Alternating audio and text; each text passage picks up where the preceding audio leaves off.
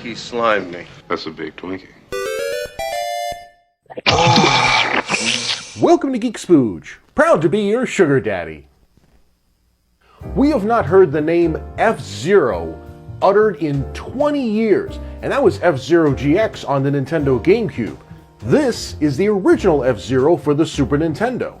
Now, F-Zero X for the Nintendo 64 and F-Zero GX for the GameCube let you race against 29 other racers, all computer controlled, of course. Of course! And now then, what would we get if we increase the number of on-screen vehicles? Not by 10, not by 20, but enough for me to assign a particular nickname to this free downloadable entry for the Nintendo Switch. Clusterfuck F-Zero. The actual title is F-Zero 99, but I like my title better.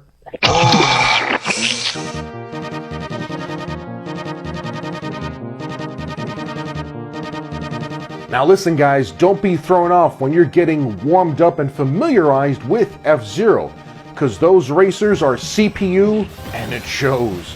But holy shit, when you're racing with almost 100 people from all over the world, the F in F-Zero might as well just stand for fucko, because that's the action that is happening here. It doesn't matter if these are F-Zero veterans or kids that aren't even old enough to drive. It's still fucking insane. You can do a standard race where you're just waiting in the F-Zero lobby for other players to join. It's not going to take long, really. There are scheduled events that you can take part in, like the Grand Prix, the team battle, or you can try your luck at unlocking some of the more pro tracks. The more times you participate in races and satisfy certain conditions, the more things you'll unlock. Sometimes it's going to be cool shit like decals and faster boosts. Other times you'll unlock not so cool shit. Alright, during the race you can execute a spin attack. This was a sweet ass move that was first introduced in F-Zero X on the Nintendo 64. It's a great way to eliminate the competition that drives like fucking New Jersey at rush hour, but you have to wait for this move to recharge here before you can use it again. Now I get why they implemented this, so you wouldn't spam it. I'm not asking to do away with it entirely, but let us unlock a faster recharge time. I don't know, maybe since this is a brand new digital download, there's room for new features like that, or possibly new vehicles to race around with. Don't get me wrong, I loved the original machines that you raced with in the original game on the SNES. But the later games gave you an additional 26 vehicles to the roster. Admittedly, it means having to play more to unlock customizations for all 30 vehicles. Like you needed an excuse to come back and play more.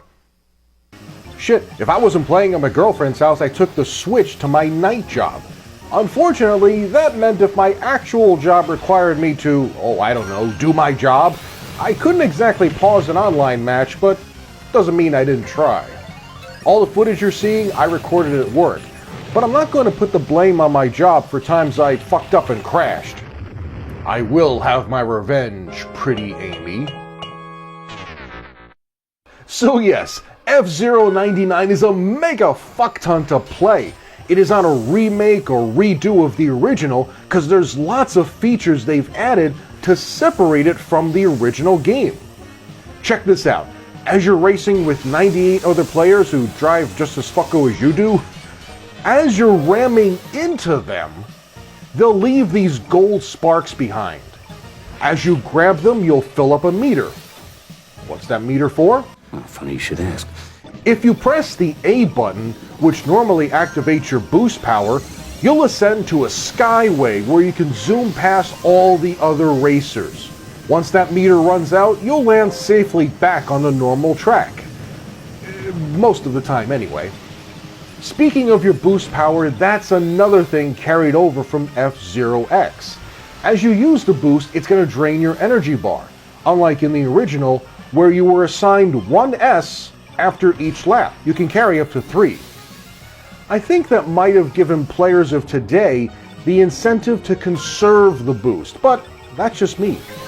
These are just thoughts in my head. I'm not really trying to criticize such a fucking awesome game.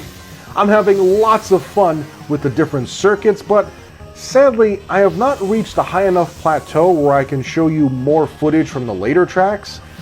I do believe that I devoted a significant amount of time to the game to know whether or not I want to keep playing.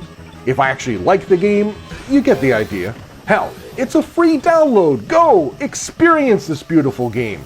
Retro fans are going to love the 16-bit flavor in glorious HD, and the casuals will just like playing futuristic bumper cars just to get that impossible first place. At least it was impossible for me. I can't speak for Pretty Amy.